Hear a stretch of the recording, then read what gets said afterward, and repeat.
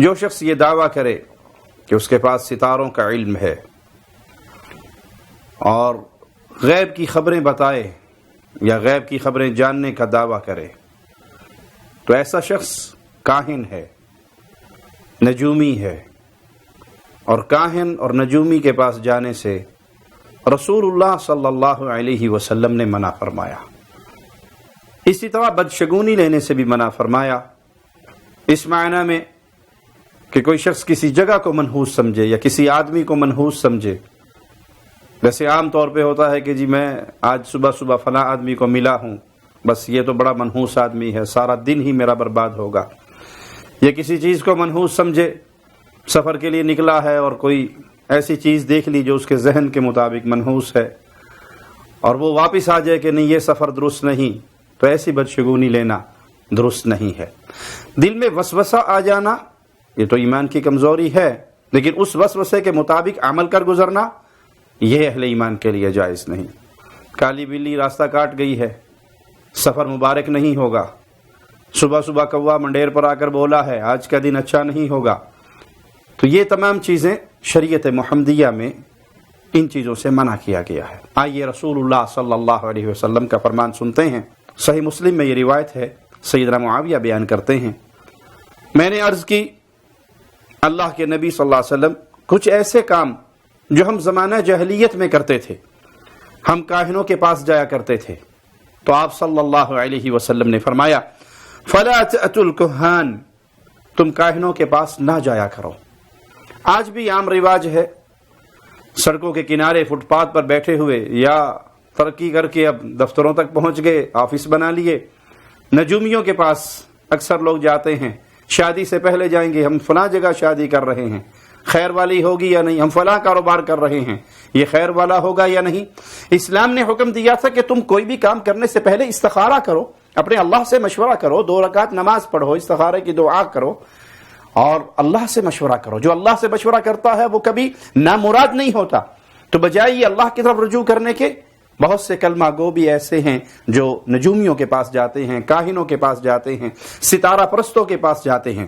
میں نے عرض کی کہ ہم بدشگونی لیا کرتے تھے، تو رسول اللہ صلی اللہ علیہ وسلم نے فرمایا ذاک شیء یجدہ احدکم فی نفسہ فلا یصدنکم، یہ بدشگونی محض خیال ہے، اگر کسی کے دل میں آئے، محسوس کرے، تو یہ تمہیں کسی کام کرنے سے روک نہ دے۔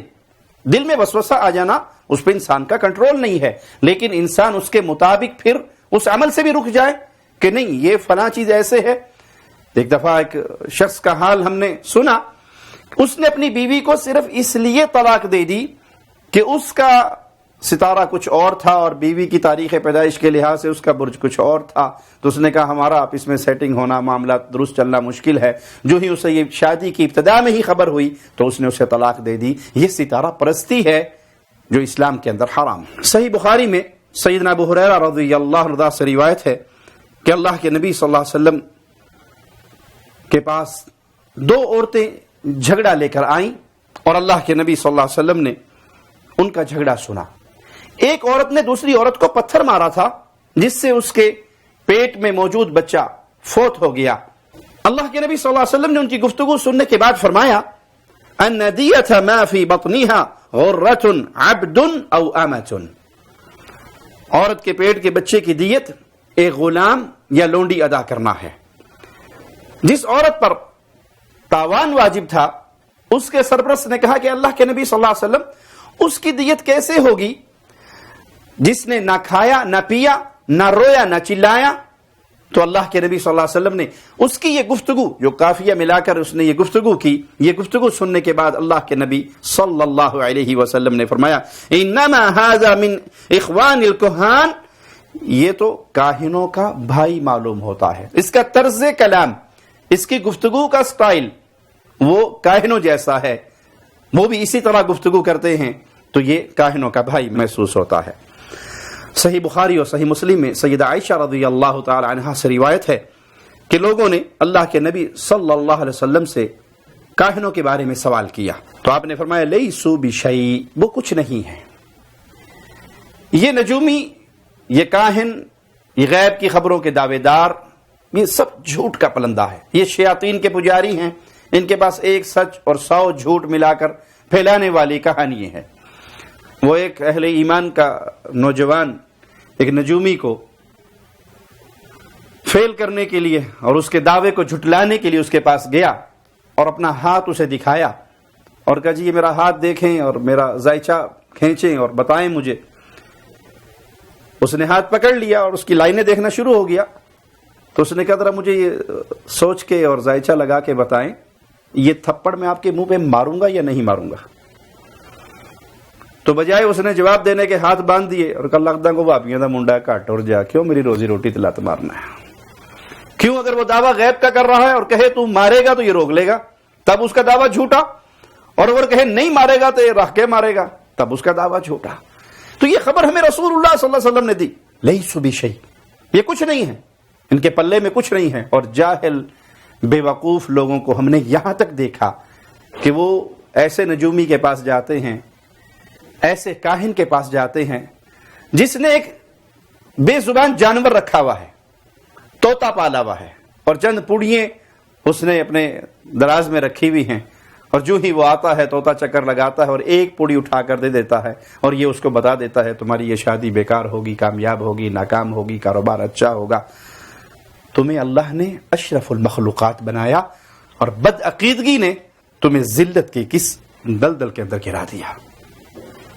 صحابہ نے کہا اللہ کے نبی صلی اللہ علیہ وسلم وہ بعض دفعہ ایسی بات کہہ لیتے ہیں جو سچی بھی نکلتی ہے, آپ کہہ رہے ہیں وہ کچھ بھی نہیں, حالانکہ ان کی کوئی بات بعض دفعہ سچی بھی ہوتی ہے. تو رسول اللہ صلی اللہ علیہ وسلم نے فرمایا تلک الکلمۃ من الحق, یہ وہ سچی بات جب اللہ مالک کی طرف سے فیصلہ ہوتا ہے تو آسمان دنیا کے قریب جنات فرشتوں کا کلام سن کے اس کو اچک لیتے ہیں اور وہ بھاگتے ہیں پھر جنات اپنے کاہنوں کی طرف, نجومیوں کی طرف, اور ان کے کان میں وہ بات ڈال دیتے ہیں جس میں وہ 100 جھوٹ ملا کر پبلک کے اندر نشر کر دیتے ہیں. اب وہ پبلک 100 جھوٹ تو بھول جاتی ہے, لیکن کسی نجومی کی کوئی ایک بات سچی ہو گئی تو سال ہر سال تک اس کی خبریں نشر رہیں گی, مشہور ہوتا رہے گا اس نے فلاں دعویٰ کیا تھا اور وہ اس کا فلاں دعویٰ درست ہو گیا. بھائی اس کا یہ دعویٰ کرنا غیب کے امور میں کہ یہ ایسا کر لے گا, اس سال میں یہ ہوگا, فلاں سال میں یہ ہوگا, فلاں کی موت ہوگی, فلاں کی زندگی ہوگی, فلاں کے گھر یہ ہوگا, یہ اس کا دعویٰ دلیل ہے کہ یہ نجومی ہے, یہ کاہن ہے. اس کے پاس جانا, اس سے سوال کرنا, اس کی بات کی تصدیق کرنا, یہ تمام چیزیں شریعت محمدیہ میں حرام ہے. سیدنا عبداللہ ابن عمر کی اہلیہ بیان کرتی ہیں پیارے نبی صلی اللہ علیہ وسلم کی زوجہ محترمہ سے کہ اللہ کے نبی صلی اللہ علیہ وسلم نے فرمایا من اتی عرافا فسألہ عن شیء, کوئی شخص کاہن کے پاس آیا اور اس سے کوئی چیز اس نے پوچھی, ثم لم تقبل له صلاة 40 لیلہ, کاہن کے پاس آ کے اس نے سوال کیا, اس کی سزا کیا ہوگی, اس کی نحوست کیا ہوگی کہ اللہ تعالی پھر 40 راتوں تک اس کی کوئی نماز قبول نہیں کرتا. ابو ہریرہ بیان کرتے ہیں کہ رسول اللہ صلی اللہ علیہ وسلم نے فرمایا من اتی کاہنا او عرافا فصدقه بما یقول, پہلے میں سزا کیا ہے کہ اس نے آ کر سوال کیا تو 40 راتوں تک اس کی نماز قبول نہیں ہوگی. دوسری روایت جو مسند احمد میں ہے, اس نے آ کے سوال کیا اور پھر اس نے جو جواب دیا اس کی تصدیق کر دی, ہاں آپ نے جو کہا ٹھیک کہا. نتیجہ کیا نکلا, فقد کفر بما انزل علی محمد صلی اللہ علیہ وسلم, اس نے کفر کیا اس چیز کا جو محمد پہ نازل ہوئی, یعنی شریعت محمدیہ کا کفر کیا. اتنا بڑا گناہ ہے کسی کاہن کے پاس جانا, اس سے بات پوچھنا اور پھر اس کی تصدیق کرنا کہ وہ کتنا بڑا جرم کر رہا ہے. فقد کفر بما انزل علی محمد صلی اللہ علیہ وسلم. یہ وعید چھوٹی وعید نہیں ہے, یہ بہت بڑی وعید ہے کہ اس نے اس شریعت کا کفر کیا, اس چیز کا کفر کیا جو محمد صلی اللہ علیہ وسلم پہ نازل ہوئی. ابو مسعود انصاری بیان کرتے ہیں ان رسول اللہ صلی اللہ علیہ وسلم نہا عن ثمن الکلب ومہر البغی وحلوان الکاہن, اللہ کے نبی صلی اللہ علیہ وسلم نے کتے کی قیمت اس کو حرام قرار دیا, شوق سے لوگ کتے خریدتے ہیں، کتے بیچتے ہیں. کتے کو خریدنا بھی حرام ہے، کتے کو بیچنا بھی حرام ہے، اس کی قیمت حرام ہے. اسی طرح زانیہ کی اجرت حرام ہے، بدکار کی اجرت حرام ہے. اور کاہن کو جو شیرنی دی جاتی ہے اس سے سوال کرنے کے بعد جو اس کے پیسے دیے جاتے ہیں، اس کو بھی رسول اللہ صلی اللہ علیہ وسلم نے ان چیزوں سے منع کیا. 3 چیزوں سے منع کیا. کتے کی قیمت، اگرچہ بعض فقہا نے لکھا ہے کہ اگر شکار کے لیے کتا ہے تو اس کا ایک الگ ماجرا ہے، لیکن حدیث منع کرتی ہے کتے کی قیمت لینے سے، اس کو منع کرتی ہے. اور فاحشہ کی مہر سے، وہ مہر نہیں، وہ اس کی بدکاری ہے جسے حدیث میں مہر کہا گیا ہے، اس کی بدکاری کی قیمت ہے. اور اسی طرح کاہن کے پاس جا کے اس سے سوال کرنا اور اسے اس کی اجرت دینا. عائشہ بیان کرتی ہیں رضی اللہ تعالی عنہا کہ ابو بکر صدیق رضی اللہ عنہ وارضاہ کا ایک غلام تھا جو آپ کو کچھ لا کر دیا کرتا تھا. اس نے کچھ میٹھی چیز آپ کو دی، آپ نے وہ کھا لی.